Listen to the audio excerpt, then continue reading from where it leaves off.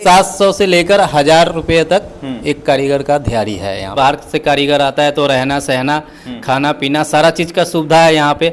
समझने का प्रयास करते हैं कि आखिर क्या मन में था और क्या सोच के साथ में यहाँ कढ़ाई का कारखाना का शुरुआत किए थे, आखिर क्या चल रहा था इनके मन में, इनसे ही समझने का प्रयास करते हैं। सबसे पहले तो अपना नाम बताइएगा आप। अस्सलाम वालेकुम, मेरा नाम है मोहम्मद मुश्ताक मंसूरी। पहले आपका कारखाना कौन से राज्य में चल रहा था, पहले कहाँ कारखाने का शुरुआत किए थे आप? हमारा कारखाना जैसे लुधियाना में था, 20-22 साल हो गया। कोई मौका मिला जैसे काम करने का तो हम ये सोचे जैसे वहाँ तो कारीगर ज़्यादा जुटा नहीं पाते हैं और हमें चाहिए 100, 200, 500 तक जहाँ तक कारीगर जा सके उतना कारीगर का ज़रूरत है। ठीक है सर।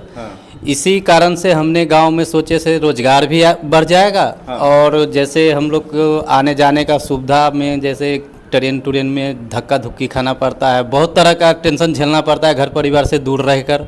इसलिए हम लोग अपने विचार रखे और ये सोचे से चलिए अपने गांव में ही कारखाना स्टार्ट करते हैं और ज़्यादा से ज़्यादा जितना हो सके अपने गांव घर में ही काम करेंगे और रहेंगे।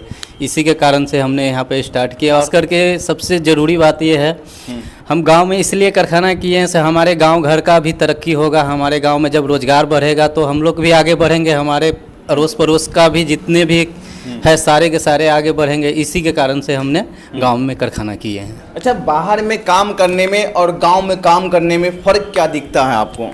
सर फ़र्क तो बहुत है। ज़मीन और आसमान का जो कहता है वो फ़र्क है। किस लिए फ़र्क है? क्योंकि हम अपने पूरे परिवार से, समाज से, अपने गांव देहात से दूर जाके हम लोग बसते हैं, रहते हैं। वहाँ किराया भाड़ा दुनियादारी सब चीज़ देने के बावजूद भी हमें जो सुख चाहिए नहीं मिलता है वहाँ। और हमें यहाँ पे जो है अगर हम 2 रुपया कम या ज़्यादा कमा कर भी हमें सारा फैसिलिटी मिलता है, सारा चीज़ का सुख मिलता है। यही कारण होता है परदेश और अपने घर में, यही चीज़ का है। यहाँ पर बहुत सारे कारीगर जो है वो कहाँ से आते होंगे काम करने के लिए, और उन लोगों का जो रोज़गार है कितना कमाई हो जाता होगा?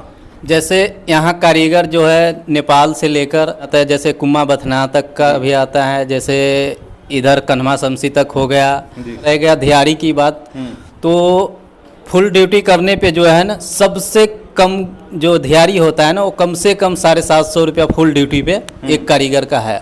750 से लेकर 1000 रुपये तक एक कारीगर का दिहाड़ी है यहाँ पे। यानी एक दिन के अंदर में वो सबसे कम 750 और ज़्यादा से ज़्यादा 1000 रुपया कमा सकता है। हाँ जी, हाँ जी, हाँ जी। बाहर में कितना कमाई होता होगा और यहाँ के जो 750 1000 रुपया कमाई होता है, क्या इससे ज़्यादा बाहर में कमाई होता है क्या? नहीं नहीं सर, जो बाहर का सिस्टम है ना वही सिस्टम यहाँ पे है। अगर किसी भी कारीगर से आप बात करके पूछ सकते हैं। इसमें क्या है, वही किसी को 5 रुपया प्रदेश में अगर ज़्यादा मिल गया तो मिल गया, नहीं तो वही सेम सिस्टम है समझिए।